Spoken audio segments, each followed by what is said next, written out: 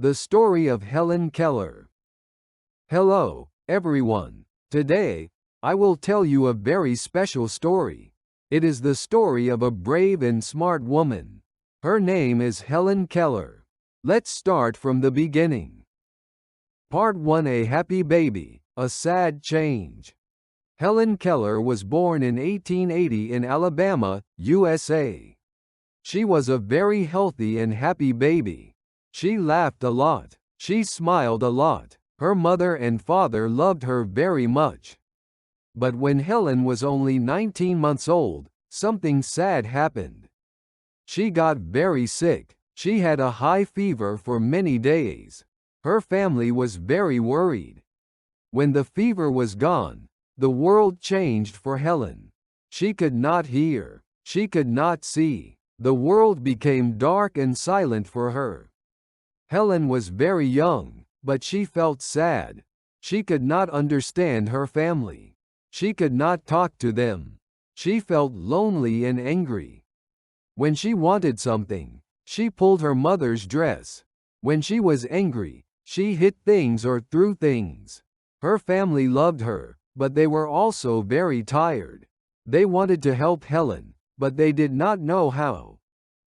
Part 2: A new teacher, Anne Sullivan.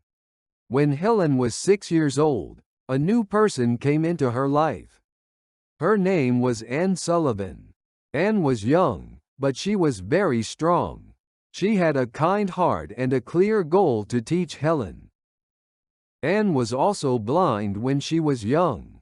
She had many eye surgeries and finally could see again. Because of this, Anne understood Helen's pain. She wanted to give Helen the gift of language. At first, Helen did not like Anne. Anne wanted Helen to learn rules. Helen did not want rules. Helen wanted to do what she wanted.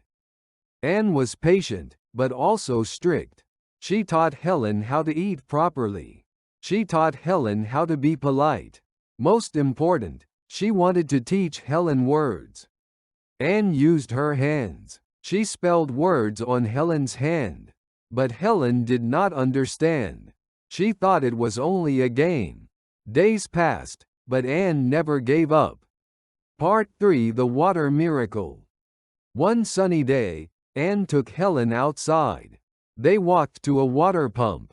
Anne pumped cold water over Helen's hand. With her other hand, Anne spelled the word water. Again and again, she spelled water on Helen's hand.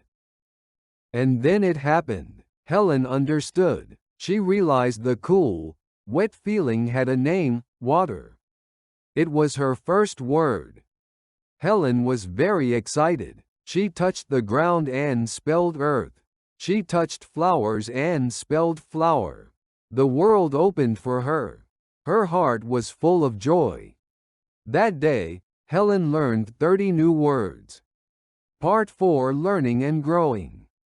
After that day, Helen wanted to learn more and more. She learned how to read using Braille, a special writing system for blind people. She learned how to write with a pencil. She even learned how to speak with her mouth. Speaking was very hard for Helen. She could not hear her own voice. But she practiced every day. Her teachers helped her. Her family cheered for her. Later, Helen went to college. She became the first deaf and blind person to graduate from a university. She studied hard, and she never gave up. Helen wanted to know everything about the world. Books were her best friends. She learned about history, art, science, and people.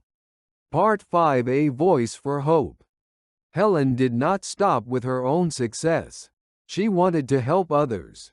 She became a writer. She wrote books about her life and her dreams. She became a speaker. She gave talks to large groups of people. Even though she could not see or hear, she stood on stage and shared her heart.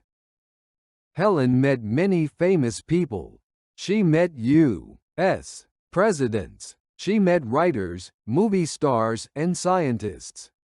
But Helen was not proud of fame. She wanted to make the world kinder.